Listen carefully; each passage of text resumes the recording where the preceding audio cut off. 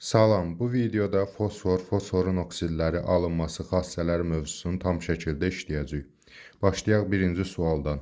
Hansı oksidin su ilə reaksiyasından temperaturdan asılı olaraq müxtəlif turşular alınır? Uyğun cavab P2O5-dir. Bilirik ki, 0 dərəcədə, 20 dərəcədə və 100 dərəcədə fərqli turşular verəcək. Doğru cavab B variantına uyğun gəlir. İkinci sual. Fosfor oksigende yandıqda hansı maddə əmələ gəlir? Əsası oksid yanlışdır, rəngsiz qaz yanlışdır, kəskin iyili qazda yanlışdır, amfoter oksid də yanlışdır. Doğru olan turşu oksidi P2O5. Əgər oksigen az olarsa P2O3. İstənilən halda turşu oksidi əmələ gəlir. D variantı doğru cavabdır. Üçüncü sual. Ağ fosfor və ozonun bir molekulunda olan atomların sayları cəmini müəyyən edin. Bilirik ki, ağ fosforun formulası P4, ozonun formulası isə O3'dür. Yəni 4 fosfor, 3 oksigen cəmləyəndə 7 atoma bərabər edir. Bu da doğru variant C variantı edir. Dördüncü suala baxırıq. Allotropik şəkil dəyişmələri olan, təbiətdə yalnız birləşmələr şəklində yayılan elementi göstərin. Göstərilən maddələr arasında azot xaric hamısının allotropik şəkil dəyişməsi var. Oksigenin də, kükürdün də, fosforun da, karbonun da. Amma təbiətdə yalnız birləşmələr şəklində yayılan fosfordur. Misal üçün, oksigen havada sərbəst şəkildə də yayılıb və yaxud da karbon almaz şəklində, qrafik şəklində sərbəst halda yayılıb. Ona görə də burada doğru cavab D variantı fosfor. Ancaq birləşmələr şəklindədir və allotropik şəkil dəyişməsi də vardır. 5-ci sual. X, Y və Z maddələrini müəyyən edin. P2O5 soyuq suda HPO3, yəni metafosfat turşusu verir. İlıq suda, yəni 20 dərəcədə pirofosfat H4, P2O7 turşusunu verir. Qaynar suda isə H3PO4, yəni ortofosfat turşusu əldə olunur. Bu da uyğun gəlir A variantına. Keçirik 6-cı suala. X-in oksigenlə reaksiyası endotermikdir. Y isə ağ tüstü əmələ gətirməklə yanır. X və Y-i müəyyən edin. Bilirik ki, oksigenlə reaksiyası, yəni yanma reaksiyasına endotermik olan bir dənə azotun reaksiyasıdır. Çünki birləşmə reaksiyalarında istisna hal azotlu oksigen. Reaksiyanı yazsaq N2-O2, NO. Bu reaksiya endotermikdir. Qalan bütün birləşmə reaksiyaları, o cümlədən yanma reaksiyalar hamısı isə eksotermikdir. Deməli, burada ya D variantıdır, ya E. Keçirik, Y isə ağ tüstü əmələ gətirməklə yanır. Bilirik ki, fosfor yananda ağ tüstü əmələ gətirir və bunun xüsusiyyətindən, bu xüsusiyyətindən də istifadə olunur. Hərbidə tüstü pərdələrin yaradılmasında və s. işlərdə istifadə olunur. Deməli, doğru variant E variantıdır. 7-ci suala baxırıq. Bu verilən maddə ağ fosfordur. Ağ fosfor molekulaları bu şəkildə olacaq. Deməli, bu quruluş formuluna malik bəsit maddə ağ fosfordur. Bu doğrudur. Qara fosfordur, yanlış. Molekulyar kristal qəfəs əmələ gətirir. Bəli, ağ fosfor molekulyar kristal qəfəs əmələ gətirir. Qırmızı və qara fosfor isə atom kristal qəfəs əmələ gətirir. Deməli, 1 ilə 3 B variantına uyğun gələcək. Keçirik 8-ci suala. Fosforun allotropik şəkil dəyişmələri. Bilirik ki, fosforun 3 allotropik şəkil dəyişməsi var. Alovlanma temperaturları azalır. Bilirik ki, qara fosfor 490 dərəcədə, qırmızı fosfor təqribən 240-260 dərəcələrdə, Z, yəni ağ fosfor isə, daha doğrusu qara fosfor ən yüksək dərəcədə, qırmızı fosfor orta dərəcədə, ağ fosfor isə 40 dərəcədə. Yəni demək olar ki, otaq temperaturundan biraz yuxarı olan temperaturda alovlana bilir. Buna görə də görürük ki, biz azalırsa deməli 490-dan 40-a qədər azalıb. O halda X qara fosfordur, Y qırmızı fosfordur, Z isə ağ fosfordur. Yəni X qara, Y qırmızı, Z də ağ E variantına uyğun gəlir. Keçirik 9-cu suala. Fosforun allotropik şəkil dəyişmələri sıxlığı artır. Bilirik ki, deməli, ağ fosfor molekulyar quruluşda olduğu üçün sıxlığı daha azdır. Qırmızı və qara fosfor isə tədricən sıxlığı daha çox artır.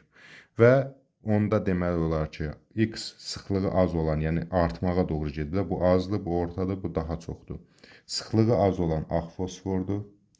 Sıxlığı orta olan qırmızı fosfordur.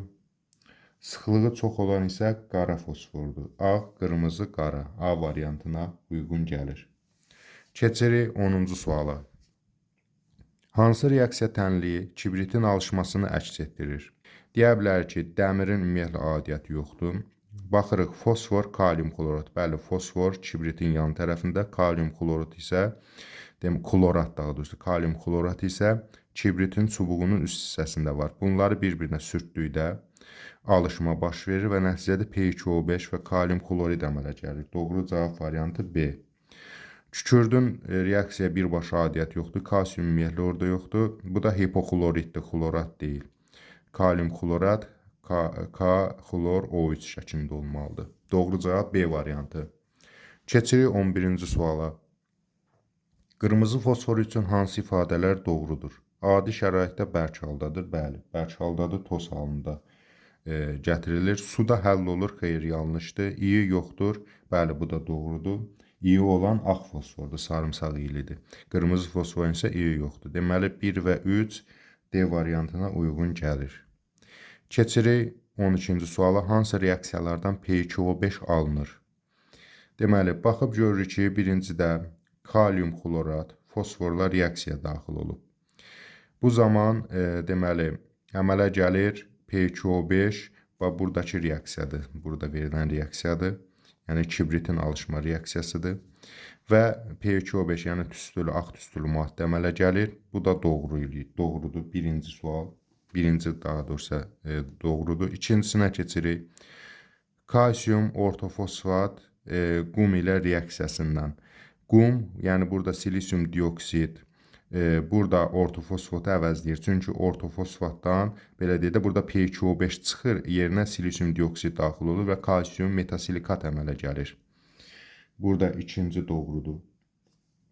Üçüncü isə, deməli, bundan isə nitrat turşusu və su ilə reaksiyasından isə P2O5 yox, turşu əmələ gəlir. Deməli, 3 yanlışdır. Burada doğru olan 1 və 2-dir. Keçirik, hansı ifadə doğru deyil? Baxıb görürük ki, ağ fosfor qaranlıqda işıq saçır. Ağ fosfor doğrudur, bəli, qaranlıqda işıq saça bilir. B variantı, ağ fosfor zəhərli maddədir. Bu da doğrudur. C variantı, qırmızı fosfor, bu yanlışdır. İşıq saçan ancaq ağ fosfordur. Yanlış olan budur. Doğru deyil bizdən soruşur. Digərlərinə də baxsa, ağ fosfor qırmızı fosfordan aktivdir. Bəli, həm ağ, həm də qırmızı fosfor oksigendə yanaraq P2O5 əmələ gətirir. Bu da doğrudur. Keçirik növbəti səhifəyə 14-cü suala. 14-cü sualda deyilir, fosfor üçün hansı ifadə doğru deyil? Bir neçə allotropik şəkil dəyişməsi var, doğrudur. Ağ, qırmızı, qara allotropik şəkil dəyişmələridir. Baş oksidin formulu P2O5-dir, bəli, doğrudur. Bilirik ki, 5-ci qrup əsas yarım qrup elementi, yəni fosforla yanaşı burada azotda və digərlərdə P2O5-dir baş oksidi. Sonra C bəndi duru nitrat turşusu ilə reaksiya daxil olur. Bəli, reaksiya daxil olan zaman özü də turşu əmələ gətirir, bu da doğrudur. Adi şəraitdə suda həll olaraq turşu əmələ gətirir. Xeyr, bu yanlışdır. Ağ fosfor ancaq karbon disulfiddə həll ola bilir, suda həll olmur. Ona görə də doğru deyil, D variantını götürürük. 15-ci sual, ağ fosfor üçün hansı ifadə doğru deyil? Deməli, qaranlıqda işıq saçır, doğrudur. Sarımsaq iyili doğrudur. Molekulyar quruluşa malikdir. Bəli, P4 molekulaları var, bu da doğrudur. Suda həll olur, yenə də yanlış variantdır. Çünki suda yox, karbon disulfiddə həll ola bilir. 16-cı sual, P2O5 üçün hansı ifadə doğrudur? Əsası oksiddir, yanlış, turşu oksididir, bəli. Çünki qeyri-metal olduğuna görə turşu oksidi əmələ gətirir, bu da doğrudur. 17-ci sual, hansı reaksiyada fosfor atomu oksidləşdiricidir? Oksidləşdiricidir, deməli, o deməkdir ki, yəni elektron alsın. Baxıb görürük, birincidə pH3 oksigenlə reaksiyada elektron verən tərəfdir. Çünki -3-dən müsbət 5-ə gəlib. İkincidə ortofosfatda elə dəyişməyib. Burada da müsbət 5-dir, burada da müsbət 5-dir. Dəyişməyib, sadə hidrogen yerinə kalsium daxil olub. Ümumiyyətlə fosforun oksidləşmə dərəcəsi dəyişməyib. C bəndində Ortofosfat sadəcə suyun itirib, yəni temperatur şəraitində suyun itirib və pirofosfata çevrilib. Yenə də fosforun oksidləşmə dərəcəsi elə müsbət 5-də də qalıb. Hesablasa, indi mən bunları bir-bir hesablamıram, çünki biz bunu birinci hissədə oksidləşmə dərəcəsini keçəndə ətraflı izah eləmişdik. Elə şərt olaraq hesablayaq, -2, 7-ni -14, burada da müsbət 4 çıxanda müsbət 10 qalır. Bunu da 2-yə böləndə müsbət 5 bu tərəfə. Yəni cəbri cəmi 0 olmalıdır. D bəndində baxırıq, yenə də susuzlaşıb, yəni temperatur şəraitində 1 mol su ayırıb, çevrilib olub metafosfat turşusu, yenə də müsbət 5 burada da müsbət 5-dir. Yeganə burada fosforun oksidləşmə reduksiya reaksiyası, belə desək, burada da əslində oksidləşmə reduksiya reaksiyası gedib, sadəcə A bəndində -3-dən müsbət 5-ə gəlib deyə reduksiya edicidir. E bəndində isə fikir verək, burada fosfor müsbət 5 oksidləşmə dərəcəsindədir, amma burada 0. Yəni elektron alan tərəfdir. Yəni burada oksidləşdiricidir.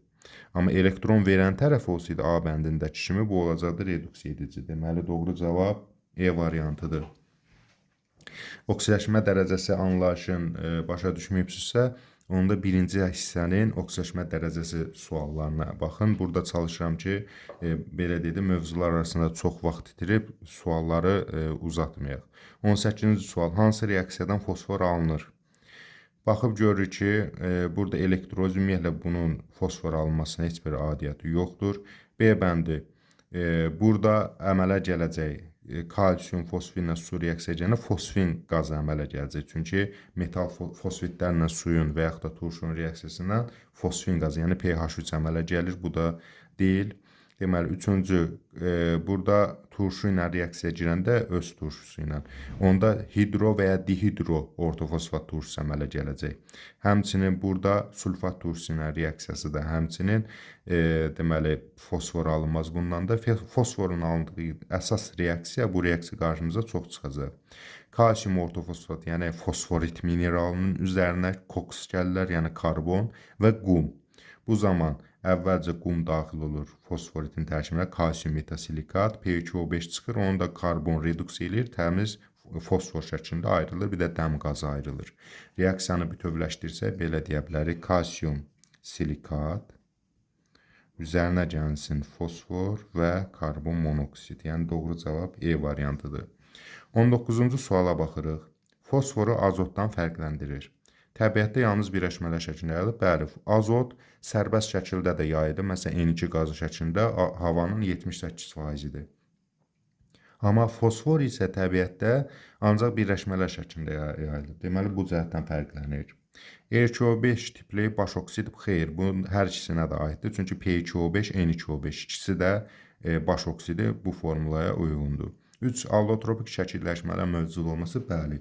Azotun allotropik şəkil dəyişməsi yoxdur. Amma fosforun allotropik, 3 dənə allotropik şəkil dəyişməsi var. Bu da onu göstərir ki, 1 ilə 3 doğrudur və A variantına uyğun gəlir. 20-ci suala baxaq. Kibrit istehsalında fosforun tətbiqi hansı halda doğru göstərilmişdir? Burada biz bilirik ki, kibritin çubuğunun üst hissəsində kükürt, kalium klorat bir-bir yazaq. Kükürt var və bu çubuğun üst hissəsindəki o qırmızı maddə. Kükürt var, kalium klorat var. Bu yan tərəfində isə, hər iki yan tərəfində olan o lent isə, deməli, fosfor, şüşə qırıntıları və yapışqanlı maddədən istifadə olunub. Şüşə qırıntılar və yapışqanlı maddə. Biz bunu bir-birinə sürtəndə, yəni kibriti yan tərəfinə sürtdükdə kalium klorat, yəni bu maddə ilə fosfor reaksiya daxil olur və çevrilib olur P2O5 maddəsi, yəni ağ tüstü şəklində əmələ gəlir, ayrılır. İndi biz burada baxıb görürük ki, deməli, A bəndi deyir ki, hansı haldan 2 də fosfordur. Biz bayaq burada çaşdırmışdıq, P2O5 əmələ gələn maddəni yazmışdıq. Burada fosfordur. Bunu da qoy silək, buradan bizi çaşdırmasın. Fosfordur, burada isə kalium klorat. Deməli, 2 ağ fosfordur. Burada yazıb. Xeyr, bura ağ fosfor yox, qırmızı fosfor. Qoy onu da qeyd elə. Ağ fosfor P4-dür. Və o kibritdə istifadə olunur. Kibritdə istifadə olunan qırmızı fosfordur. Çünki bilirsiniz ki, kibritin yan tərəfləri qırmızı rəngə daha yaxındır. Bu yanlışdır, A bəndi yanlışdır. Bir qırmızı fosfor, yəni burada, xeyr, fosfor burada deyil. Bu da yanlışdır. 2 qırmızı fosfor, yəni yan tərəfində, bəli, bu doğrudur. Ağ fosforun ümumiyyətlə adiyyatı yoxdur, qara fosforun da adiyyatı yoxdur. Qırmızı fosfordur və kibritin yan tərəflərindədir, çubuğunda deyil. Keçirik 21-ci suala. Maddə P2O5 reaksiyaya daxil olduğu maddə qaynar, ilıq, soyuq su alınan turşunun əsaslığı. Birinci baxaq görək, qaynar suda nə əmələ gəlir? H3PO4, yəni ortofosfat turşusu. İlıq suda, yəni 20 dərəcədə nə əmələ gəlir? Pirofosfat turşusu, yəni H4, P2, O7. Soyuq suda nə əmələ gəlir? HPO3, yəni metafosfat turşusu. Və baxıb görürük ki, deməli, əsaslığı, yəni hidrogenlərin sayı əslində tam olaraq həmişə uyğun gəlmir, amma bu turşularda uyğun gəlir. Deməli, 3 dənə var burada hidrogen, deməli 3 əsaslıdır. Burada 4 dənə var, 4 əsaslı, burada da 1 dənə var, 1 əsaslı. A, B, C sırası ilə indi uyğunluğu müəyyən elə 3, 4, 1. 3, 4, 1 uyğun gəlir E variantına. 22-ci suala baxırıq. Deyir ki, daha doğrusu fosfor, bu indi kibritin deməli fosfor, kalium klorid və burada P2O5 almalıdır. Kibritin yanma reaksiyasına bunu əzbərə bilirik. Deyir ki, reaksiyada alınan X maddəsi üçün hansı ifadələr doğrudur? İndi burada P2O5 alınıb. Havadan ağır qazdır. Ümumiyyətlə bu normal şəraitdə qaz halında deyil deyə, əslində həmin halda P2O5, ümumiyyətlə P2O5-in molyar kütləsi havadan ağırdır, bu söz yox. Amma qaz halında deyil. Ona görə də havadan ağır qazdır sözü yanlışdır. Yəni normalda aqreqat halı qaz olmadığına görə bunu biz səhv götürürük. Qazların qurudulmasında istifadə olunur. Bəli, P2O5 maddəsi, qoy bunu yazaq bura, P2O5. Aşırı higroskopik maddə olduğu üçün, çox higroskopik maddədir, ona görə su da bilir. Məhz bu səbəbdən onu biz ağzı kip bağlanmış qabda saxlayırıq. Deməli, qazların qurudulmasında istifadə olunur, bəli, doğrudur. Suda həll etdikdə turşu əmələ gəlir, bəli, suda həll etdikdə, buradakı, görürsünüz, buradakı reaksiyada verilib qaynar, ilıq və ya soyuq suda həll elədikdə müvafiq turşular əmələ gəlir. Ya pirofosfat, ya metafosfat, ya da ortofosfat. Deməli, 3 də doğrudur. 2, 3 E variantına uyğun gəlir. 23-cü suala baxırıq. Tərkibində 22,5% kənar qarışıqlar olan fosforit nümunəsindən 20 kiloqramdan neçə kiloqram fosfor almaq olar? Bu tip suallarda reaksiyaları yazmaqda olar. Amma reaksiyanı heç yazmağa ehtiyac olmadan da hesablama aparma mümkündür. Daha asan üsul oldu. Mən də çalışacağım asan üsulu göstərim. Heç reaksiyanı yazmırıq. Əvvəlcə baxıb görürük ki, 20 kiloqram 22,5% kənar qarışıqdırsa, bəs bunun tərkibində nə qədər fosforit var? Bunu elə birbaşa 20 kiloqramı 77,5-ə də vurmaq olar, amma belə də yazaq. Deməli, 20 vur 22,5 böl 100. Görək, kənar qarışıq nə qədər imiş? Deyir, axı, bu 20 kiloqramı 23,5% kənar qarışıqdır. Məsəl üçün, qumdur. İndi uyğun hesablamanı aparaq. Deməli, 225 2-yə 450, 450 100, 4,5 kiloqram. Deməli, qarışıq nə qədərmiş? 4,5 kiloqram. Bəs fosforitin özü nə qədərmiş? 20-dən 4,5, yəni qarışığı çıxaraq, kənar qarışığı. Əmələ gəlir 15,5 kiloqram. Deməli, bizim əlimizdə kalsium 3, PO4-dən, yəni fosforitdən, fosforit bax bu maddədir, yəni burada da verilib, bundan 15,5 kiloqram var. Deyir ki, bax bu maddədən neçə kiloqram fosfor almaq olar? Neçə kiloqram fosfor almaq olar? Burada sual yazaq. Normalda görürük ki, burada 310 qramdır. 310 qramdan nə qədər fosfor alınır? Baxıb görürük ki, burada neçə dənə fosfor var birdən molekulanın içərisində? P, burada da 2 var axı. Deməli, P 2 dənə var. Fosfordan 2 atom var. Deməli, normalda 2 dənə fosfor. Bax, bundan 2 dənə fosfor atomu əmələ gəlməlidir. 31 2-yə 62 qram. Deməli, 310-dan 62 əmələ gəlirsə, bəs 15,5-dən nə qədər əmələ gəlir? X. X-i də hesablayarıq. 15,5 vurulsun 62 bölünsün 310. Deməli, biz görürük ki, bunun 20-də 1 hissəsidir bu. Deməli, 20-yə bölürük. 62-nin də 20-yə, deməli, 6,2, 3,1. Deməli, doğru cavab C bəndi 3,1 kiloqramdır. Reaksiyanı yazsaz da elə eyni nəticə çıxacaq. 24-cü suala baxırıq. 24-cü sualda hesablama tipli sualdır. Deyir ki, tərkibində 9% kənar qarışıq olan 20 qram kalsium fosfidin su ilə qarışığı təsirindən neçə litr fosfin almaq olar? Deməli, əvvəl kənar qarışıq hesablayaq. 20 qramda 9% kənar qarışıqdırsa, 20-ni vururam 9-a, bölürəm 100-ə. Çünki faizi hesablamanın qaydası budur, vurub 100-ə bölmək.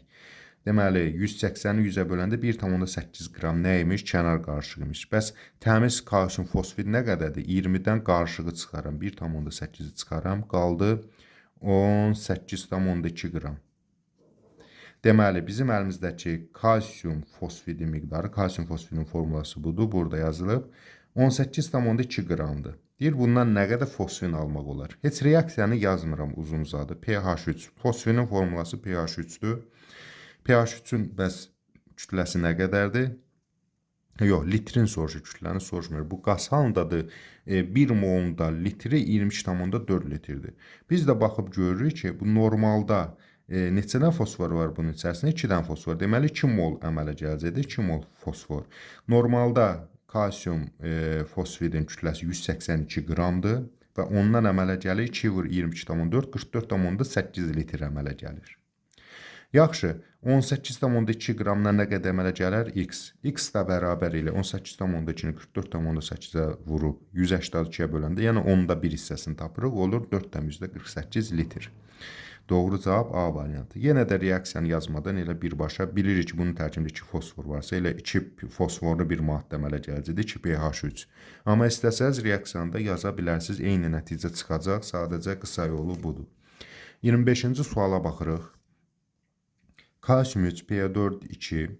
Deməli, burada bu fosforun alınma reaksiyasıdır. Qum və koksla reaksiyasından fosforit mineralından nə alınır? Fosfor alınır. X yəni fosfordur. Sonra fosfor oksiləşdirdikdə nə alınır? PHO5 alınır. Yəni yandırdıqda. Olacaq Y-də PHO5 maddəsi. Sonra deyir, su ilə reaksiya girib 0 dərəcə nə deməkdir? Yəni soyuq su ilə. Soyuq su ilə reaksiyasında da metafosfat turşusu əmələ gələcək. Yəni HPO3.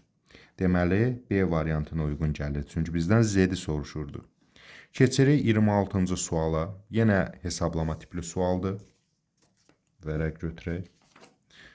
Deyir ki, tərkibində 80% fosforit olan 7,75 kg fosforitin qum və kömürlə qızdırılmasına neçə kiloqram fosfor almaq olar? Hansı ki, bu reaksiyadan söhbət gedir. Qum və kömürlə qızdırılması.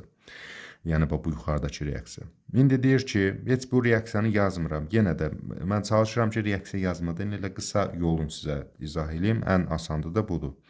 Deməli, əgər 7,75 kiloqramın 80% budur, deməli 20% kənar qarışıqdır. Misal üçün 20% ola bilər, su olsun, nə bilim, başqa bir maddə olsun və s. Onda biz 7,75-in əvvəlcə 80%-ni tapaq. Vuraq 80-ə, bölək 100-ə. Deməli, sıfırlardan biri getdi. 7,75 2-yə vuranda 15,5, sonra 4-ə vuraq 31, 62, 6,2.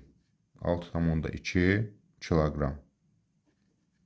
Deməli, təmiz fosforit nə qədər imiş? 6,2, qalanda qarışıq imiş. Çünki 80%-dir də axı onun.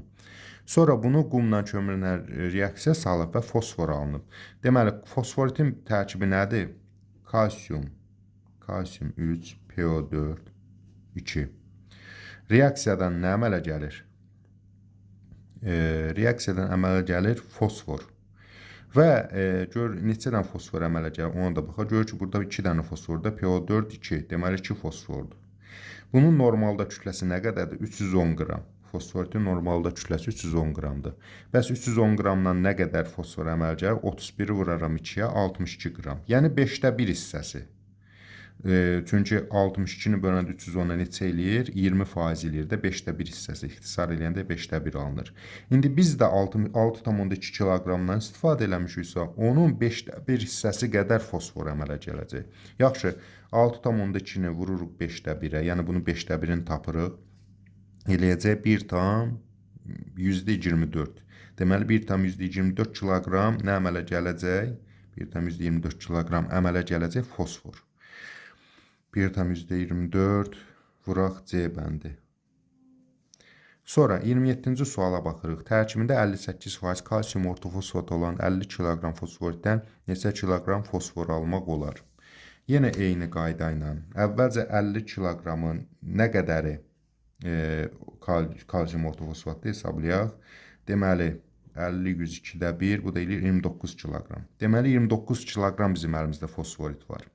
Yaxşı, normalda kalsium ortofosfatın nə qədər 310 qram kütləsi var. Ondan nə qədər fosfor əmələ gəlir?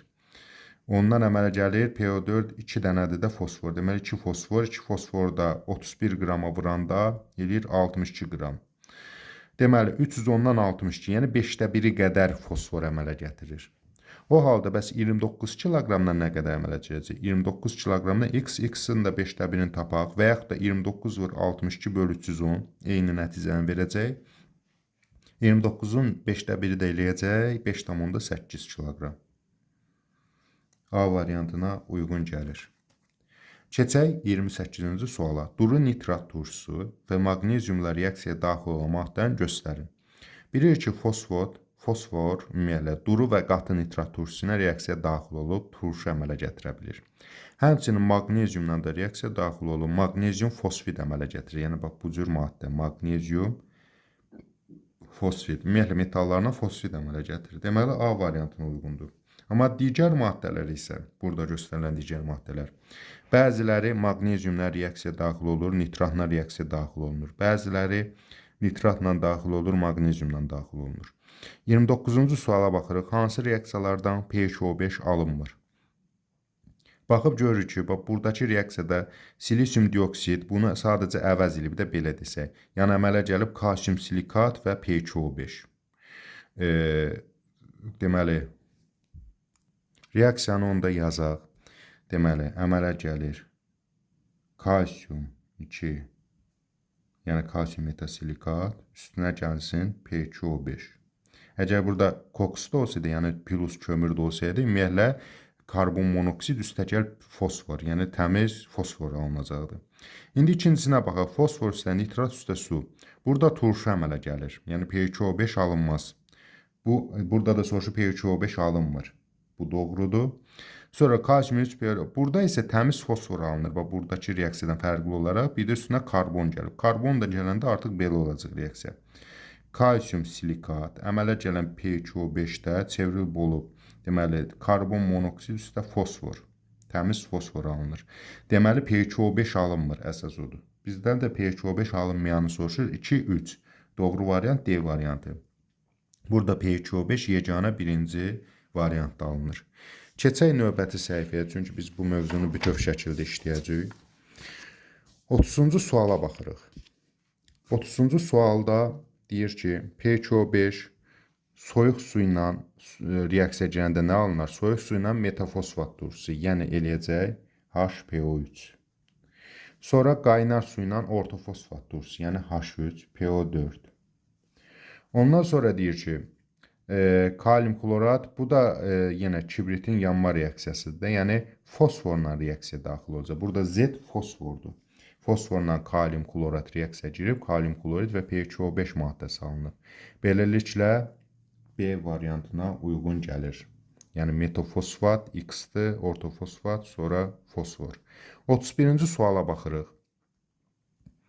Görürük ki, burada nitrat turşusu və su ilə reaksiya daxil olub. Turşu ilə reaksiya daxil olanda əmələ gələcək ortofosfat turşusu. Yəni X ortofosfat turşusudur, H3PO4. Sonra burada yenə kibritin yanma reaksiyasını göstərib. Kibrit yanan zaman difosfor pentoksid, yəni PHO5 və kalium klorid əmələ gələr. Sonuncu tərəfə baxırıq. Burada metal fosfidlər su ilə reaksiyaya daxil olan zaman nə əmələ gətirər? pH3, yəni fosfin qazı əmələ gətirər. pH3. Uyğun olaraq düzə H3PO4 X-a, PHO5 Y-ə, pH3 isə Z-də. C variantına uyğun gəlir. Keçirik 32-ci suala. Fosfor 5 oksid üçün hansı ifadələr doğrudur? Amfoter oksiddir, bu yanlışdır. Çünki turşu oksididir. P4O10 formuluna malik dimer əmələ gətirir. Bəli, dimer yəni 2 molekul deməkdir də dimer. Normalda fosfor 5 oksid PHO5 molekulalıdır. Bunun dimeri, yəni 2 qat molekul olanda bu olur P4O10. P4O10 formuluna malik dimer əmələ gətirir. Bax, bu doğrudur. Sonra yalnız qırmızı fosforu havada yandırdıqda alınır. Xeyr, alınma reaksiyası bu cür deyil. Ümumiyyətlə havasız şəraitdə ağ fosfor qırmızı fosfora çevrilir. Sonra onun buxarlarının təzədən kondensasiya elədikdə ağ fosfora çevrilir. Burada isə fosfor 5 oksiddən, yəni P2O5-dən söhbət gedir. Yalnız qırmızı fosfor yox, ağ fosforda yandırsan P2O5 verəcək, qırmızını da yandırsan P2O5 veriləcək. Deməli bu yanlışdır. Yalnız doğru olan yalnız 2-dir, B variantı. Ağ fosforu qırmızı fosfordan fərqləndirən nədir? Kalsium disulfitdə həll olması. Bəli, ağ fosfor kalsium disulfitdə həll olur, qırmızı isə həll olmur. Birinci. Suda həll olmaması hər ikisinin xüsusiyyətidir. Həm ağ fosfor, həm də qırmızı fosfor suda həll olmaz. İyili olması, bəli, ağ fosfor sarımsaq ilidir, qırmızı fosforun isə iyi yoxdur. 1 və 3, bu da A variantına uyğun gəlir. 34-cü sual. Ağ fosforu qırmızı fosfordan fərqləndirən nədir? Kristal qəfəsinin tipi, bəli, ağ fosfor molekul kristal qəfəsidir, qırmızı fosfor atom kristal qəfəsidir. Birinci doğrudur. Yanma məhsulları, xeyr, yanma məhsulları eyni şeylərdir, yəni P2O5-dir. Zəhərli olması, bəli, ağ fosfor zəhərlidir, amma qırmızı fosfor zəhərli deyil, bu cəhətdən də fərqlənir. 1 ilə 3 B variantına uyğun gəlir. Amma yanma məhsulları eyni olduğuna görə fərqləndirən xüsusiyyət kimi götürmək olmaz. 35-ci suala baxırıq. Difosfor pentoksidin mol miqdarı 0,1-dir. Reaksiyaya daxil olan suyun kütləsini verib və deyir ki, reaksiyanın nəticəsində əmələ gələn turşuların əsaslılığını müəyyən edin. Bunu biz reaksiya yazıbda göstərə bilərik uzun-uzadı. Amma qısaca onu bilmək lazımdır ki, qısa nəzəri məlumat verim. Ondan reaksiyanı yazmadan da daha rahat siz belə deyək də bu sualı başa düşə bilərsiniz. Deməli, ortofosfat turşusu susuzlaşdırıldıqda, yəni temperatur şəraitində, yəni belə deyək də qızdırsaq, suyun bir qismini itirir, çevrilir olan H4P2O7, yəni pirofosfata çevrilir və su əmələ gətirir. Bunu təkrar qızdırsaq, yəni H4P2O7-ni təkrar qızdırsaq, əmələ gələcək HPO3, yəni metafosfat və su. Deməli, bu nəyə göstərir? Ortofosfatda ən çox su ortofosfatdadır. Orta dərəcədə su pirofosfatdadır, ən az su isə metafosfatdadır.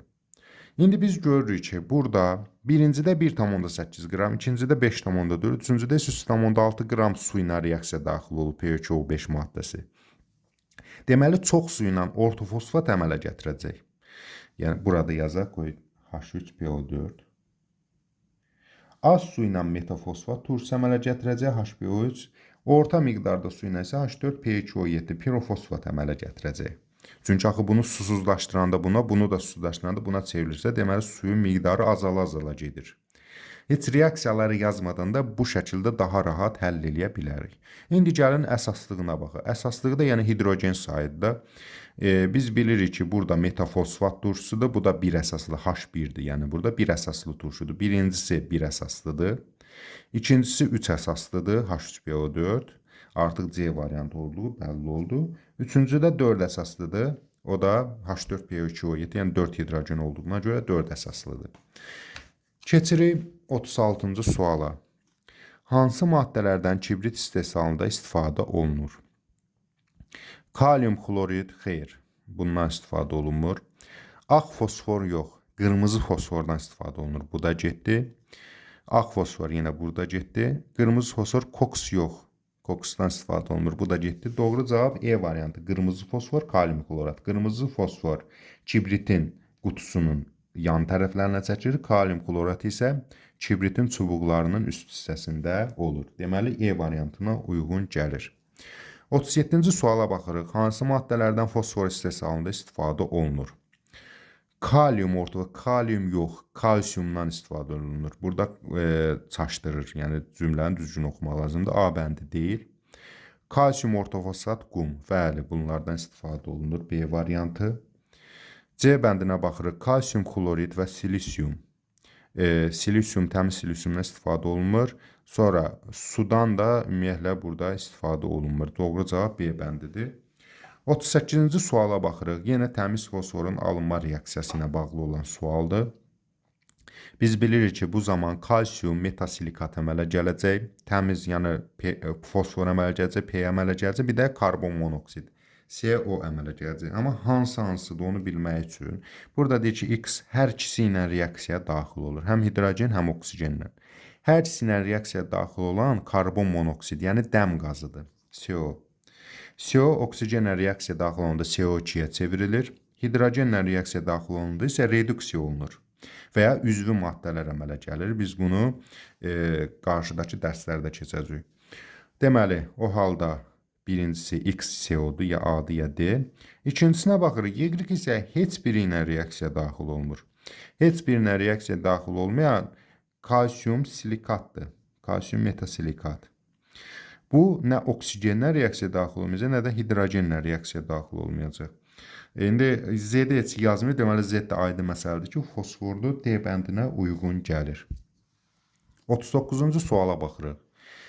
Burada aydın olur ki, bizə bu şəkildə düzülüş qırmızı fosfora aiddir, bu da ağ fosfora aiddir. Buraya yazaq qırmızı, bu da ağ fosforun molekulasıdır. Fosforun verilmiş allotropik şəkil dəyişmələri üçün nə ümumidir? Deməli, atom kristal qəzisinə malik olması xeyr. Atom qırmızıya aiddir, ağa aid deyil. Ağ molekul kristal qazisidir. Deməli, bu ümumi deyil. Suda həll olunur? Bəli, hər ikisi suda həll olunur. Kalsium, daha doğrusu karbon disulfiddə həll olur. Bu ağ fosfora aiddir, qırmızıya aid deyil. Bizdən isə ümumi olanı soruşur. Adi şəraitdə bərk haldadır? Bəli, hər ikisi bərk haldadır. Bu ümumidir. Molekul kristal qəzisinə malikdir. Bu sadəcə ağ fosfordur, qırmızı deyil. Deməli 2-4 doğru cavab D bəndinə uyğun gəlir. Keçirik 40-cı suala. Kalsium ortofosfat üstə silisyum dioksid, üstə karbon. Bu reaksiyada reaksiya məhsullarının mol sayının zaman asılı qrafikinə əsasən nə doğrudur? Yəni az əmələ gələn hansıdır? Daha çoxu mol sayına görə. Bunlar biz tapsaq X, Y, Z hansıdır? Onda biz doğru cavabı müəyyənləşdirə bilər. Əvvəlcə reaksiyanı tamamlayaq, sonra keçək. Bilir ki, ya da bunu başqa bir vərəqdə yazaq, qarışıqlıq düşməsin. Deməli, kalsium bu fosforun alınma reaksiyasıdır. Yazırıq, kalsium ortofosfat, yəni fosforit mineralı, üzərinə gəlsin qum, üzərinə gəlsin karbon. Bu zaman əmələ gələcək kalsium metasilikat, əmələ gələcək deməli, təmiz fosfor və karbon monoksid. Reaksiya budur. İndi gəlin əmsallaşdıraq ki, mol sayını təyin eləyə bilək. Əmsallaşdıran zaman görürük ki, burada 3 kalsiumdur, burada isə tək kalsiumdur. Bura hələlik 3-ü ataq. Kalsiumlar bərabərləşdi. Deməli, burada 3 silisyum olacaqsa, burada da silisyumu 3 atmalıyıq. Silisyumlar bərabərləşdi. Baxırıq, fosfor 2 dənədir, 2 fosfor atırıq. İndi son olaraq da oksigen və karbonlara baxırıq. 4 2-nin 8 oksigen, 3 2-nin 6 8, 6 14 oksigen. Bu da 3 üçün 9, 5 oksigen qalmalıdır. Burada 5, burada 5. Bir daha yoxlayaq. 3 kalsium, 3 kalsiuma, 2 fosfor, 2 fosfora, 4 2-nin 8, 3 2-nin 6, 14 oksigen, 3 üçün 9, 5, 14 oksigenə, 5 karbon, 5 karbona. Əmsallaşdırmanı apardıq. İndi isə bu əmsallaşdırma əsasında baxaq görə bizdən nəyi soruşur? Deyir ki, bunlardan hansı doğrudur? Deyir Y. Deməli biz belə deyək də, az əmələ gələn mol sayı ən az əmələ gələn fosfordur, 2 moldur. Ən çox əmələ gələn karbon monoksiddir, budur. Bu da orta miqdarda əmələ gəlib. Y-i görürük ki, orta miqdarda əmələ gələn kalsium metasilikat olmalı idi. Amma fosfor yazıb. Fosfor isə doğru deyil. Fosfor Z olmalı idi. Lap bunları yerinə qoyaq. Daha rahat bizə aydın olsun. Ən az əmələ gələn 2 molundan fosfordur. Deməli Z fosfor imiş. Ən çox əmələ gələn 5 molundan karbon monoksiddir. Deməli X karbon monoksid imiş. Ortadakı da kalsium, çünki 3 moldur da kalsium metasilikat imiş. Bunun əsasında X fosfordur, yanlış, dəm qazıdır. Z kalsium metasilikatdır, fosfordur, bu da yanlış. X karbon monoksiddir, bəli, X karbon monoksiddir, bu doğrudur. Yalnız 3 E variantına uyğun gəlir. Keçək 41-ci suala. 41-ci sualda deyir, 1 mol ağ fosfor üstə, indi bu reaksiyaları yazaq ki, daha rahat bunları həll edə bilək. Deməli, ağ fosfor oksigenlə reaksiyasını birinci yazaq. Əmələ gəlir P2O5. Əmsallaşdırma aparmaq üçün görür ki, burada 4 fosfordur. Deməli, mən bura 2 atmalıyam ki, 2 2-nin 4 fosfor eləsin. Daha sonra oksigen də 2 5-in 10 oksigen. Deməli, burada da əmsal 5-dir. O halda indi əmsalları bura köçürdək. A nə qədər imiş? 5. B nə qədər imiş? 2. Keçir indi fosfin. Fosfin də nədir? pH3-dür.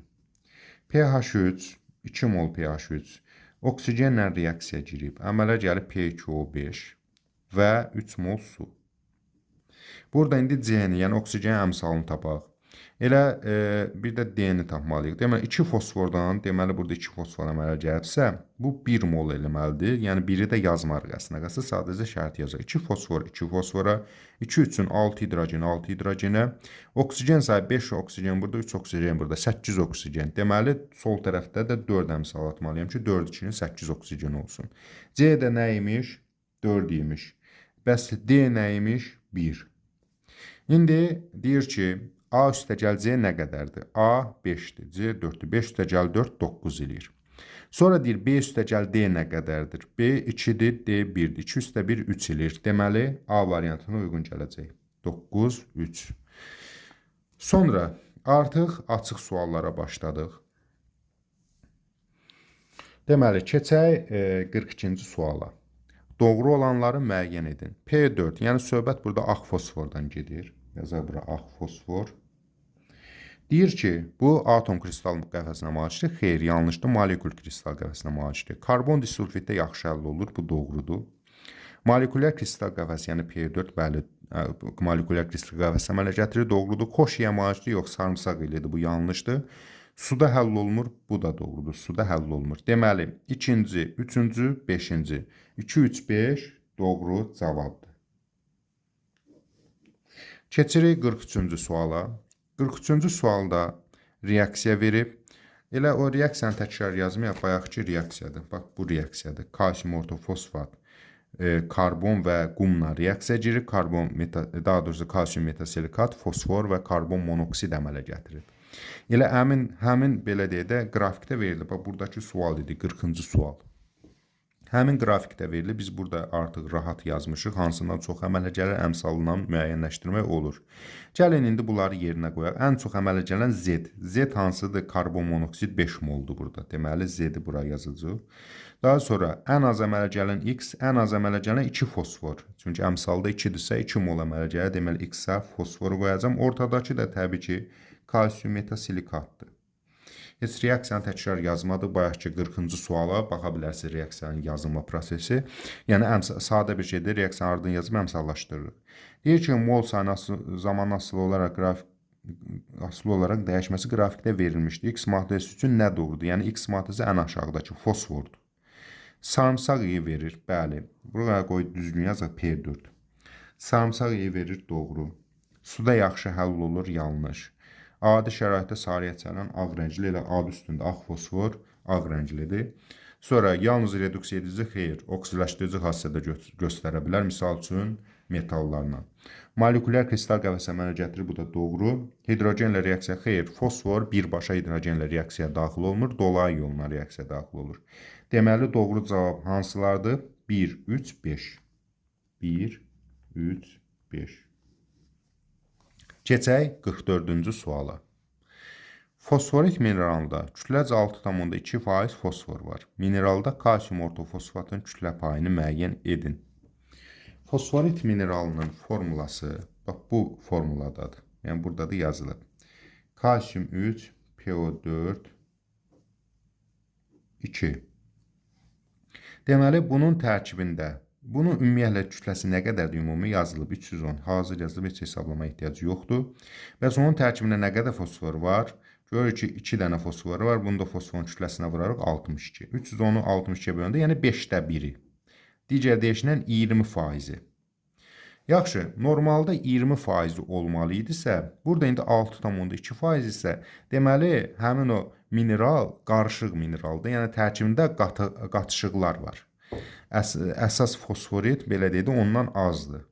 Yaxşı, onda biz kütlə payını tapmaq üçün normalda biz bilirik ki, 100% təmiz olanda nə qədər olur? 20% Buradan hesabladı da 5'də 1.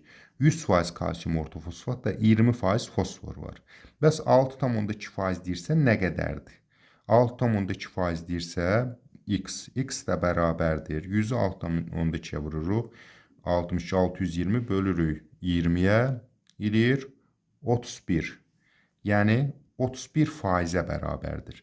31%-in 5'də 1 yenə 6,2 yoxladıq, düzdə çıxdı. Deməli 69% qatışıqları imiş, 31% kalsium ortofosfat imiş. Onun da 5'də 1 6,2% fosfor imiş. 44-cü sualı yazırıq 31. 45-ci suala baxırıq. Ağ fosfor molekulunda olan elektronların neçə faizi kimyəvi rabitələrin yaranmasında iştirak edir? Əvvəlcə ağ fosforun molekulasını yazaq P4. Bunda neçədən elektron var? Elektronların sayı neytral halda olan atomda bilirik ki, proton sayına bərabərdir. 15 vurulsun 4, 60 dənə cəmsi elektron var. Yazaq bura 60. Cəmi elektron var. Burada qarışacaq, başqa bir yerə yazaq. Burada. Cəmi 60 dənə elektron var. Yaxşı, deyir, bundan neçə faizi kimyəvi rabitənin yaranmasında iştirak edir? Ağ fosfor molekulası, bax, buradakı molekuladır. Bax, görürsünüz, 1, 2, 3 dənə rabitə var. Hər fosforda 1, 2, 3, 1, 2, 3, bax, bu şəkildə. Hər fosforda 3 dənə rabitə var. Rabitənin də əmələ gəlməsində neçə elektron iştirak edir? Hər atom 1 elektron qoyur da. Onda belə çıxır ki, 4 dənə P4 molekulasında 4 dənə fosfor atomu var. Hər fosfor 3 dənə rabitə çıxır. Deməli 3 dənə elektron qoyub orada. 4 üçün 12. 12 elektronu cəmi 60 elektrona bölürəm. Bu da neçə deməkdir? 5'də 1. Amma bizdən faizlə soruşduğunuz 100% ilə vururam. 100'ün də bunu da ixtisarında 5'də 1, 100'ün də 5'də 1-i 20%-ə bərabərdir. Yəni 45-ci sualın cavabı 20%-dir. Keçirik 46-cı suala.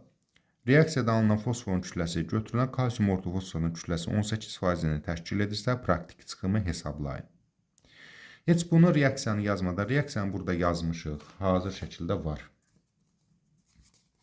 Burada yazmışıq, hazır şəkildə var. Amma heç reaksiyanı yazmağa da ehtiyac yoxdur. Reaksiyadan yazmamışda birbaşa bilirəm ki, kalsium ortofosfatın içində nə qədər fosfor var? 2 dənə fosfor var. 31 qram da çəkisidir. Deməli 31 üçün 62 qram. Yəni bax bundan 62 qram, 310 qramdan 62 qram əmələ gəlir normalda. Tənasüblə yazsa belə deyə bilərik.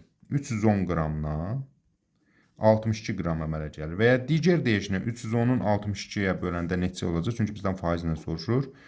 Vururuq 100%-ə. 5'də 1-i deməkdir də 310, 62, ixtisarca 5'də 1, bu da eləyir 20%.